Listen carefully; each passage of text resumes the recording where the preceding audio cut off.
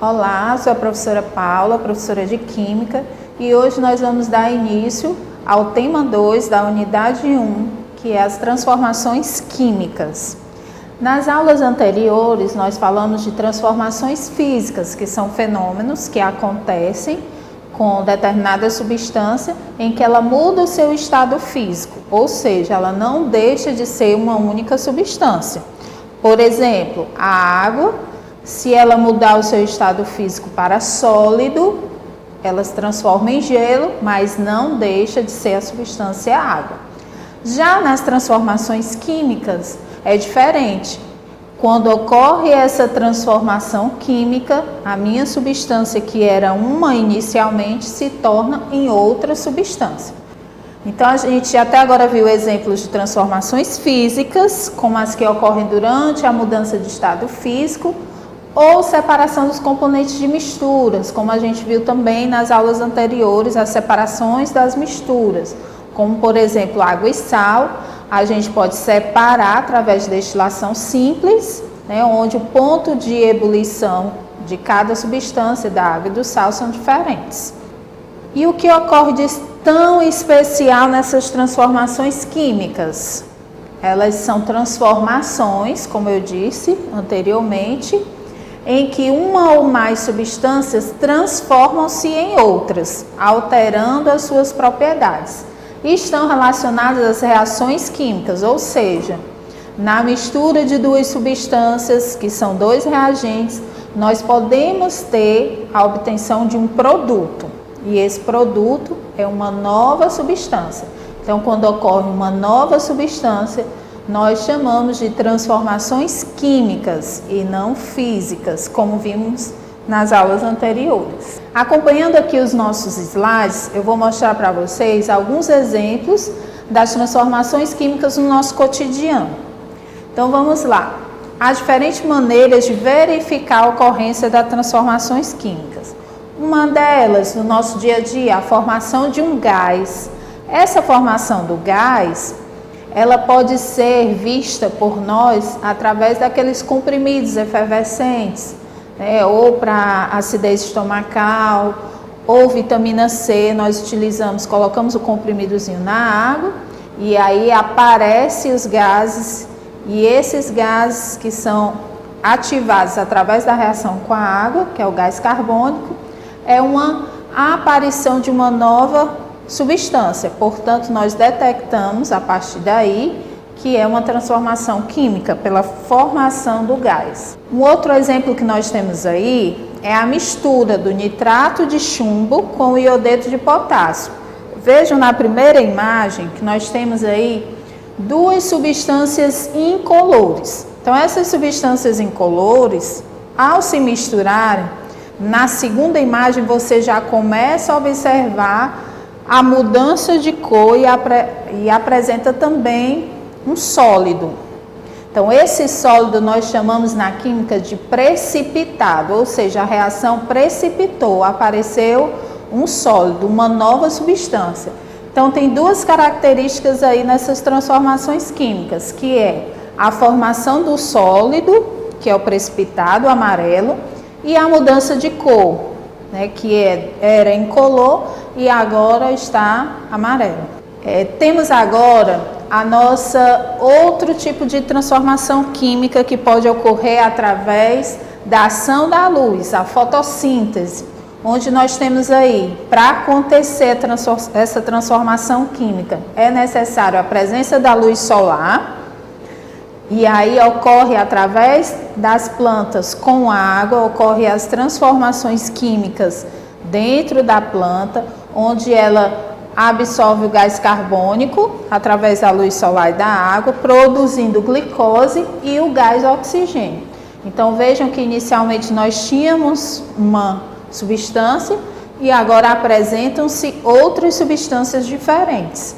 Antes nós tínhamos água, gás carbônico, e aí com a ação da luz apresenta agora a glicose, que serve como nutriente para as plantas, e o oxigênio, que vem para a atmosfera.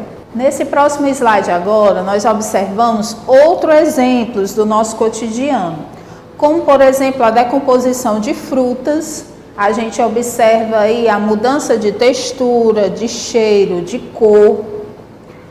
Nós temos aí a queima, que é a combustão. Nós temos o ovo frito. Então, assim, classicamente a gente utiliza a transformação química, é aquela que ocorre na transformação de uma substância onde eu não posso retornar o que era antes. Um exemplo clássico disso é o ovo. Se eu for fritar o ovo, eu jamais posso pegar esse ovo frito e voltar a uma substância que ele era anteriormente no ovo cru. Então, isso caracteriza uma substância de transformação química. Já o outro exemplo aí dos pregos e dessa ferramenta, nós temos o ferro oxidando, ou seja, enferrujando. Eu não posso mais pegar esse pozinho do ferro, né, da ferrugem, que é o óxido de ferro, e transformar novamente em um novo prego. Então, caracteriza aí uma transformação química. E aí nós temos também o pãozinho, né, que ocorre a transformação química também, onde esse pão, quando ele é fermentado, geralmente as padarias, o que elas fazem? À noite elas fermentam o pão, ou seja, eles pegam a massa, deixam descansar por um tempo, até que ocorra a presença do gás carbônico e a liberação do álcool. Então, na fermentação, apresenta-se essas novas outras substâncias. Até se você observar no pão carioquinha, quando a gente vai partir o pão carioquinha, por dentro ele está um pouco oco, cheio de ar. É a presença do gás carbônico. Então, apresentou outras substâncias químicas. Portanto, caracterizando, como eu não posso mais pegar esse pãozinho e transformar na massa inicial, original, então ela é uma transformação química. Vamos exercitar agora essas transformações químicas. Como nós falamos inicialmente, as transformações químicas, elas são diferenciadas das físicas. A física, eu mudo apenas o estado físico, sólido para líquido, líquido para gasoso, ou sublimação. E as transformações químicas não, eu transformo em uma outra substância diferente. Então vamos lá exercitar. Acompanhe no slide. Nós temos, identifique, na primeira questão da atividade 1, de transformações químicas, da apostila de vocês. Identifique nos casos apontados a seguir se ocorreu ou não uma transformação química. Por exemplo, a queima de uma folha de papel. Observe, se eu pegar o meu papel, riscar o fósforo e queimar esse papel, ele vai se tornar cinzas. Então, ele transformou-se em uma outra substância.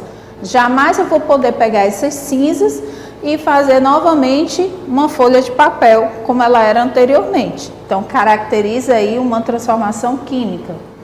Derretimento de um cubo de gelo. Se eu pego um cubo de gelo, deixo lá em cima da minha pia, ele vai derretendo aos poucos, transformando-se a água que era sólida em líquida, não deixou de ser água. Portanto, se não deixou de ser água, ela caracteriza-se agora como uma transformação física. Sublimação de uma bolinha de naftalina, ou seja, a sublimação é uma transformação de estado físico da matéria. Se essa naftalina vai do sólido direto para o gasoso, que é o processo de sublimação, eu estou apenas mudando o estado físico da naftalina. Portanto, caracteriza uma transformação física, então não é química. Digestão de alimentos. Nós temos no nosso estômago um ácido chamado ácido clorídrico. Ele é responsável por triturar os nossos alimentos, ajudar na digestão dos nossos alimentos, para que sejam transformados em nutrientes para o nosso corpo. Então, se a digestão de alimentos transforma-se através da ação do ácido clorídrico em outra substância, nós temos aí um exemplo de transformação química. Então, sim, ocorre uma transformação química na digestão dos alimentos. Cozimento da carne. Se eu pego lá minha carne, vou fazer um churrasco, vou fazer um cozido, vou fazer um bife. Qualquer cozimento, qualquer preparo dessa carne que eu venha fazer para o meu almoço, eu não posso mais transformar essa carne em uma carne crua. Então, houve uma transformação química. A gente percebe também o quê? Uma mudança de textura, uma mudança de cheiro, né? Então, caracteriza-se sim numa transformação química. No item F, nós temos a quebra de uma vidraça. Se eu estou lá brincando com os meus filhos chutam a bola e quebram o vidro da vidraça. O que acontece? Ela pode quebrar-se, né? E ela não vai deixar de ser uma vidraça. Ela só não vai estar mais inteira, não é isso? Ela vai estar toda quebrada. Então, mudou somente aí o estado em que ela se encontra. Portanto, não é uma transformação química, e sim uma transformação física, porque o vidro permanece o mesmo, só mudou o seu estado. Então vamos lá, no nosso item G, formação de ferrugem. Na formação de ferrugem, o que acontece? O meu ferro ele vai entrar em contato com a umidade do ar, né? Com a água e o oxigênio. Então essa umidade acontece muito em locais onde pessoas moram próximo à praia, né? Com muita maresia. Então a água ela está mais úmida nessas regiões. Portanto, a umidade do ar interfere no ferro e acaba fazendo com que aconteça a ferrugem, a oxidação mais facilmente. Por isso, o ideal é que pessoas que moram próximo à praia tenham mais objetos, né, que tem alumínio, que é mais difícil de corrosão. Então, formação de ferrugem, como eu não tenho mais como voltar aquele material anterior, porque se oxidou, no caso o ferro, então é uma transformação química. E agora observem aí nos nossos slides as respostas, né? O sim significa transformação química e o não significa transformação física. Seguindo aqui nas nossas atividades, observem aí que nós temos uma questão de uma Universidade Federal de Santa Catarina sobre as transformações químicas. As transformações que ocorrem em um sistema podem ou não ocasionar alteração na constituição da matéria envolvida. De acordo com o enunciado, estão corretas as associações. Digestão de um alimento é um fenômeno físico, é errado. É um fenômeno químico, como dissemos na questão anterior, pois trata de um processo onde o nosso estômago tem o ácido clorídrico e assim transforma os alimentos em substâncias novas que servem para nós como nutrientes. E o que não for ser utilizado, né, será excluído. No 02, água oxigenada na presença de luz transforma-se, ou seja, apresenta um produto água mais oxigênio gasoso, caracteriza uma reação química, com certeza, porque antes nós tínhamos água oxigenada. Na presença de luz ela se decompôs, ou seja, se dividiu em água e oxigênio. Por isso que, quando a gente compra água oxigenada, que é muito utilizada, né, para tingimento de cabelos, descoloração de cabelos, né, limpeza de feridas. Então, essa água oxigenada, ela é vendida em frascos foscos, que protejam da luz, um frasco âmbar ou aquele branquinho, que proteja da luz. Para quê? Para que a água oxigenada não se decomponha em água e oxigênio. Então, por isso, nós caracterizamos aí uma reação química. Então, vamos anotando aí, 02, porque essa questão nós vamos anotar, fazer a soma das respostas corretas. 04, queima de fogos de artifício, é um fenômeno físico, é errado, não é um fenômeno físico, é um fenômeno químico. Porque através da combustão desses fogos de artifício, da queima, se transforma em uma outra substância. 16. Sublimação do iodo sólido, reação química. Não, a sublimação do iodo sólido ela é uma reação, física, porque nós estamos sublimando, o iodo vai permanecer o mesmo, só vai mudar o seu estado físico. Que é a sublimação do iodo? Quando eu aqueço o iodo em ambiente fechado ou ambiente aberto, no caso meu copinho Becker lá com a tampinha, você vai perceber ao redor do copo, que ele é transparente, a cor violeta, que é a cor do iodo, quando sublimado. Então ele vai mudar apenas o seu estado físico, de sólido direto para o gasoso. E aí nós vamos fazer a soma. Quais estavam corretos? Nós tínhamos correto somente o 0,2, que é a água oxigenada se decompondo em água e oxigênio é uma reação química, e o 0,8, que é a transformação do gelo em água, é sim um fenômeno físico. Então qual é a resposta? 2 mais 8 igual a 10. E assim nós temos a resposta da nossa questão. Então vamos lá agora falar das nossas leis ponderais, né? Finalizamos os exercícios sobre transformações químicas e agora nós vamos falar das nossas leis ponderais. Quais são as leis ponderais? É a lei de Lavoisier, ou também conhecida como a lei da conservação das massas, a lei de Proust, ou lei das proporções múltiplas, ou lei das proporções fixas. Elas são conhecidas por esses nomes por se tratar de seus experimentos. Então, inicialmente vamos falar da lei de Lavoisier. Falando um pouquinho de Lavoisier, Lavoisier foi um químico francês que pesquisou sobre a combustão e em suas pesquisas, sua realização de experimentos através da combustão, ele descobriu a presença do oxigênio. Então, foi ele que batizou o oxigênio. Portanto, ele é considerado, por seus experimentos, o pai da química. Vamos acompanhar aqui nos nossos slides. Então, como eu já havia dito, em 1774, o químico francês Antoine Lavoisier pesquisou sobre as combustões, reações de queima e calcinação, que é o aquecimento a alta temperatura, utilizando a balança para determinar as massas das substâncias envolvidas nas suas transformações. Lembrando que essas transformações em que ele fez esses experimentos eram em sistema fechado. Como eu já disse, na combustão há a presença do oxigênio.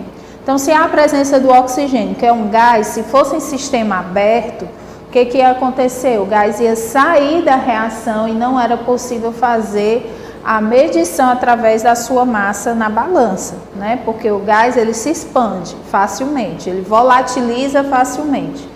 O que é volatilizar? É se expandir, sair e ocupar todo o ambiente. Voltando aqui no slide. Então, além de esclarecer o papel do gás oxigênio nas combustões, seus estudos levaram à constatação de que em uma reação química, quando realizada em um ambiente fechado, ou seja, um recipiente fechado, como eu acabei de falar aqui para vocês, a massa anterior à transformação é igual àquela após a reação, ou seja, a massa se conserva nas transformações químicas. Por isso que a lei de Lavoisier também é considerada como a lei da conservação das massas, porque a quantidade em massas que eu tinha nos meus reagentes é a mesma que eu vou ter após a reação química na formação do meu produto. Observem aí esse exemplo. Nós temos aí no slide nitrogênio mais hidrogênio formam um produto chamado amônia. Então aí o meu nitrogênio e o meu hidrogênio, como vocês estão vendo logo acima, tem um Rzinho. Esse Rzinho significa reagentes. Então, 2 reagentes formando um produto. Nitrogênio mais hidrogênio formando amônia. Observem abaixo que nós temos a quantidade em massa. Nitrogênio, 1 grama. Hidrogênio, 4,66 gramas, produzindo 5,66 gramas de amônio. Ou seja, se eu somar os meus reagentes em quantidade de massa, 1 mais 4,66, eu vou obter uma soma igual a 5,66. Então, observem aí o que é a lei de Lavoisier. A mesma quantidade em massa que eu tenho nos meus reagentes, eu também terei nos meus produtos. Se nitrogênio fosse 2 gramas e hidrogênio fossem 4 gramas, eu teria de amônio 6 gramas. Então, a mesma quantidade que eu tenho antes dessa setinha, que são os reagentes, eu tenho que ter após a setinha, que é a formação do produto da minha reação química. Vamos aí fazer esse exercício. Vamos aqui para a lousa. Então, vamos continuar aqui, prestando atenção na resolução na lousa. Então, nas leis ponderais, o que diz a lei de Lavoisier? Se eu tenho nos meus reagentes uma quantidade em massa, eu vou ter essa mesma quantidade nos meus produtos. Então, quem são os reagentes aqui? É tudo que vem antes dessa setinha. Então, o reagente é o cálcio e o outro reagente é o oxigênio. Quem vai ser o meu produto? Aqui, a cal virgem, certo? O que eu tenho em quantidade de massas aqui nos meus reagentes? Eu tenho 40 gramas de cálcio e eu tenho X oxigênio, que é o que eu quero saber. Mas aí, ó, eu tenho uma dica.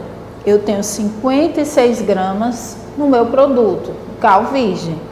Então, o que eu tenho que fazer para descobrir o valor de X? Eu tenho duas opções. Ou eu vou por dedução.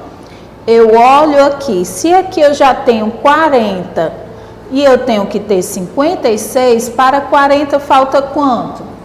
16 gramas, não é isso? Então, eu já de cara olho, né, na minha dedução e já sei que o meu X é 16 gramas. Ou, se aqui é um cálculo, a gente observou que é um cálculo razoavelmente fácil, né? Mas se eu observo que não dá para fazer essa continha de cabeça por dedução, o que eu vou fazer? Eu vou fazer um cálculo matemático. Uma equaçãozinha de primeiro grau. Então, vamos lá. Ó. 40 mais x vai ser igual a 56. Vou tirar o valor de x. X é igual a 56 menos 40. E aí eu vou obter o mesmo valor, 16 gramas de oxigênio. E assim nós temos a resposta da nossa questão sobre a lei de Lavoisier. Vamos agora falar sobre a lei de Proust, ou a lei das proporções múltiplas. Proust viveu concomitantemente na mesma época ali de que Lavoisier. Então, observando os experimentos de Lavoisier, ele observou que as proporções elas eram constantes. Acompanhe aqui nos nossos slides. Joseph Proust, ao realizar experimentos com substâncias puras, concluiu que a composição em massa dessas substâncias ela é constante, não importando a forma como era obtida. Isso significa que as massas dos reagentes e dos produtos envolvidos na reação estão sempre em uma proporção constante, independentemente das quantidades utilizadas. A lei é conhecida por lei de Proust ou lei das proporções definidas. Diz que cada substância apresenta a mesma proporção em massa dos elementos que a formam. Então, observando aí. Eu costumo dizer, voltando aqui para mim, que a lei de Proust é como uma receita de fazer bolo. Ela é uma proporção constante. Se para o meu bolo eu utilizo 2 xícaras de leite, 1 xícara de farinha de trigo, para que eu possa fazer 2 bolos, o que eu vou fazer? Eu vou utilizar 4 xícaras de leite e 4 de farinha de trigo. Então, eu vou dobrar a minha receita. Se eu for fazer 3 bolos, eu vou triplicar a minha receita. Então, isso é uma proporção constante. A quantidade não vai mudar, a receita não vai mudar. Eu apenas vou duplicar, triplicar, quadriplicar e assim por diante. Voltando aqui no nosso slide, nós temos aí a mesma reação da lei de Lavoisier do slide anterior, que é de nitrogênio mais hidrogênio, são os reagentes, formando o produto que é a amônia. Inicialmente, o que é que nós temos? 1 grama de nitrogênio mais 4,6 gramas do hidrogênio forma 5,66 gramas de amônia. Se eu duplicar, dobrar essa minha reação, as massas serão dobradas. Observem, nitrogênio 2 gramas, 4,66 vezes 2, 9,33, 5,66 vezes 2, 11,33. Então, todas as minhas massas foram dobradas. No terceiro quadradinho, 3 gramas de nitrogênio. Eu observo que o quê? Triplicou. Então, todas as minhas massas serão triplicadas. Então, isso corresponde à lei de Proust, ou das proporções fixas, definidas, proporções múltiplas. São todos esses nomes que essa lei é chamada, porque é uma proporção constante. Se eu dobrar, todos os meus reagentes produtos irão dobrar, e assim por diante. Então, vamos lá acompanhar agora os exercícios, vejam aí nos nossos slides, da lei de Proust. Nós temos a segunda questão da apostila de vocês. Quando o carbonato de cálcio, calcário, é calcinado, forma-se o óxido de cálcio e o gás carbônico. Então, item A. Admitindo-se a conservação de massas e as proporções definidas entre os participantes da transformação, complete a tabela a seguir. Então, vamos acompanhar essa mesma tabela e a resolução aqui na lousa. Então, vamos lá, acompanhando na lousa. Eu coloquei aqui a tabela para a gente ir resolvendo e entendendo como é que funciona a resolução dessa questão. Então, a primeira coisa que eu tenho que descobrir é que o calcário é o meu reagente e a formação do cal e o gás carbônico são os meus produtos, certo? Então, o que eu sei através da lei de Lavoisier? Que a mesma quantidade em massa que eu tenho nos meus reagentes, eu também tenho que ter nos meus produtos.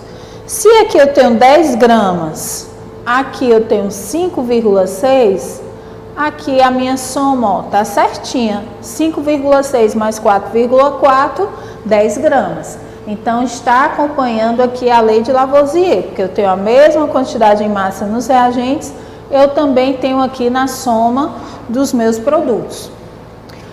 Aqui no experimento 2, eu tenho que utilizar o experimento 1 como padrão, porque o experimento 2 eu não tenho o valor em gramas da massa de cal e nem tenho o valor da massa do gás carbônico. Então, como é que eu vou fazer?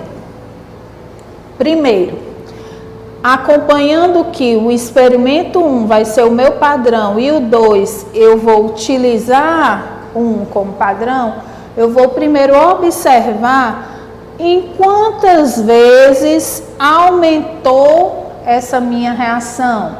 Ou, como eu conversei com vocês anteriormente, se eu for associar a minha receitinha de bolo, na minha receita aqui do calcário, quantas vezes aumentou? De 10 para 80? Ou eu faço essa continha de cabeça, ou eu vou fazer aqui, ó, uma divisão. Vou descobrir quantas vezes aumentou a minha reação aqui em quantidade de gramas. 80 dividido por 10 vai ser quanto? 8. Então, eu sei que a minha reação química aumentou em quantidade de massa 8 vezes. Então, o que é que eu vou fazer? Vou pegar os 5,6, vou multiplicar por 8. Que vai ser quanto? 44,8. Aqui, ó. Então, o meu valor de X será 44,8. Eu posso agora fazer o mesmo processo, multiplicar 4,4 por 8, ou eu posso fazer a minha equaçãozinha matemática. Eu já tenho esse valor, eu já tenho esse, vou descobrir só o valor de x. Então, como é que eu vou fazer? 80 mais, aliás, igual a 44,8 menos x. X vai ser igual a 80 menos 44,8. Esse valor vai ser quanto? Vai ser 35,2 gramas. Ou seja, o meu valor de x, 35,2 gramas. Se eu somar 35,2 mais 44,8, vai ser exatamente quanto? 80 gramas. Concluindo aí mais uma vez a utilização das leis de Lavoisier, que é a mesma quantidade em massa que eu tenho no meu reagente, eu vou ter no produto, e a lei de Proust, proporções fixas, definidas. Se aqui a minha reação aumentou 8 vezes daqui para cá, então aqui também vai aumentar 8 vezes e aqui também vai aumentar 8 vezes. Se vocês multiplicarem 5,6 vai dar 44,8 e se vocês multiplicarem também 4,4 vezes 8 vai dar 35,2. E assim vamos resolver agora o terceiro experimento. Como eu disse para vocês inicialmente, o meu primeiro experimento, ele é um experimento padrão. Então, agora eu vou esquecer o segundo experimento, porque esse segundo experimento, ele já foi resolvido. Então, eu vou utilizar agora o terceiro experimento e como fonte o meu padrão aqui, ó. O primeiro experimento, porque ele está todo certinho. Então, vamos lá. Vou apagar aqui, para a gente poder ter espaço para resolver. Esquecendo o experimento 2, vamos partir para o experimento 3. Então, vamos lá. 12 dividido por 10, eu vou pegar o valor maior, dividir pelo menor, né? Vai ser 1,2. Ou seja, eu sei que a minha reação aumentou em 1,2 vezes. Então, aqui, ó, se eu multiplicar 5,6 por 1,2, vai dar 6,7. Aqui, como é que eu posso descobrir esse valor de x? Ou eu multiplico 4,4 por 1,2, ou apenas tiro aqui a diferença. Sim, então vamos lá. Nós descobrimos que 12 dividido por 10 dá 1,2. Então, a minha reação aumentou em 1,2 vezes. Então, ou eu posso multiplicar a minha reação padrão aqui, 4,4 por 1,2 e descobrir o meu resultado. Ou eu posso tirar aqui a diferença. Como é que eu posso fazer isso? Ó, 4,4 vezes 1,2 vai ser o meu valor de x, que vai ser quanto? 5,3. Ou, o que eu posso fazer? Ó, 12 é o meu valor total, é igual a 6,7 mais x. Ou seja, os meus produtos, o total dele tem que ser quanto? 12, que é o valor do meu reagente, total do meu reagente. Então, vai ficar aqui, ó, x vai ser igual a 12 menos 6,7, x vai ser igual a 5,3. Portanto, a gente descobre aqui o valor de x, 5,3 gramas. Com isso, a gente resolve o item A da segunda questão da apostila de vocês. Vamos para o item B. Então, vamos lá, resolver o item B da segunda questão da apostila de vocês. Acompanhe nos slides. Com base nos dados da tabela, responda quantas toneladas de cal seriam obtidas na calcinação de 5 toneladas de calcário. Vamos lá, agora acompanhe na lousa. Eu já deixei aqui a tabelinha pronta E o item B, o que ele quer saber?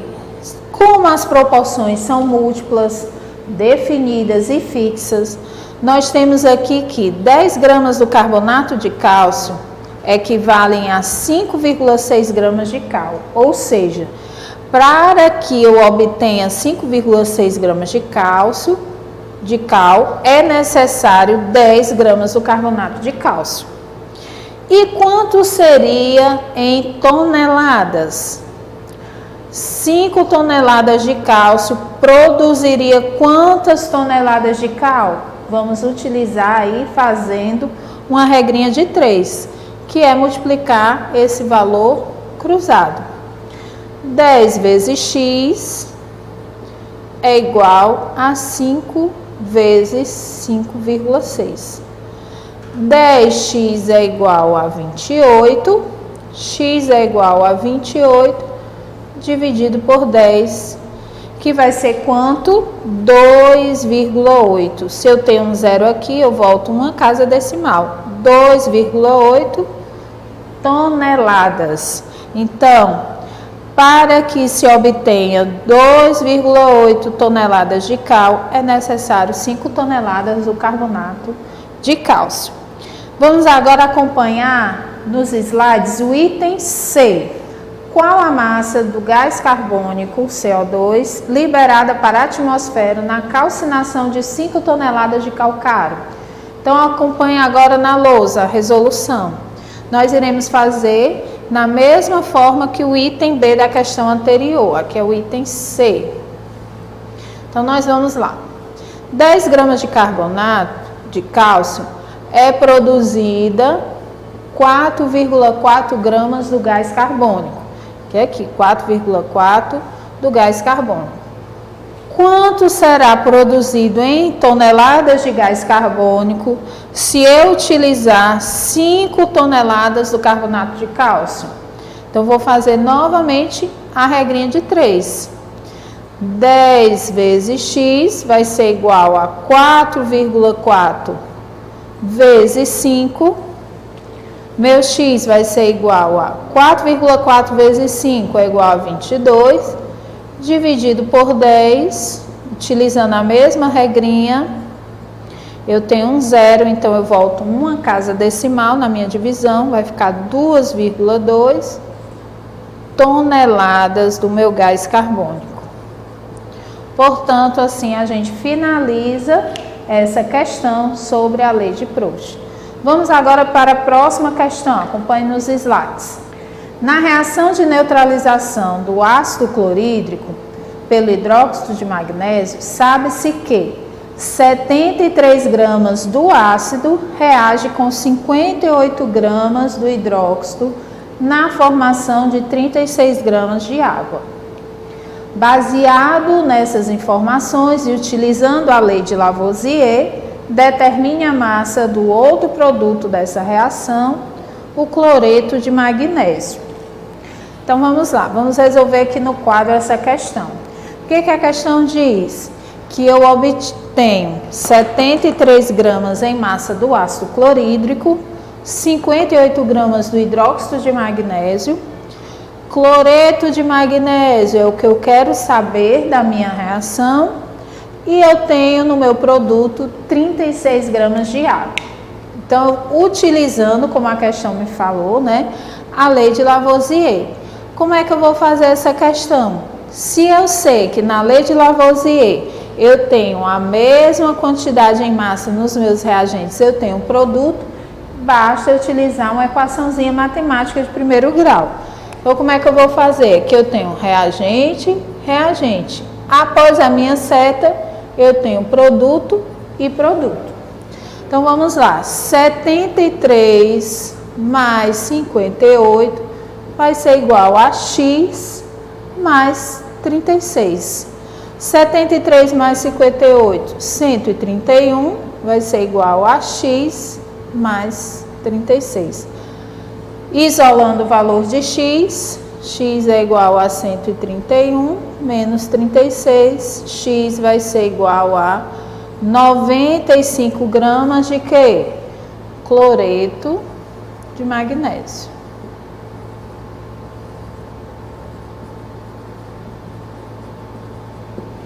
e assim nós resolvemos a última questão sobre as leis ponderais, que é a lei de Lavoisier e a lei de Proust. Obrigada por ter participado da nossa aula e até a próxima. Um grande abraço.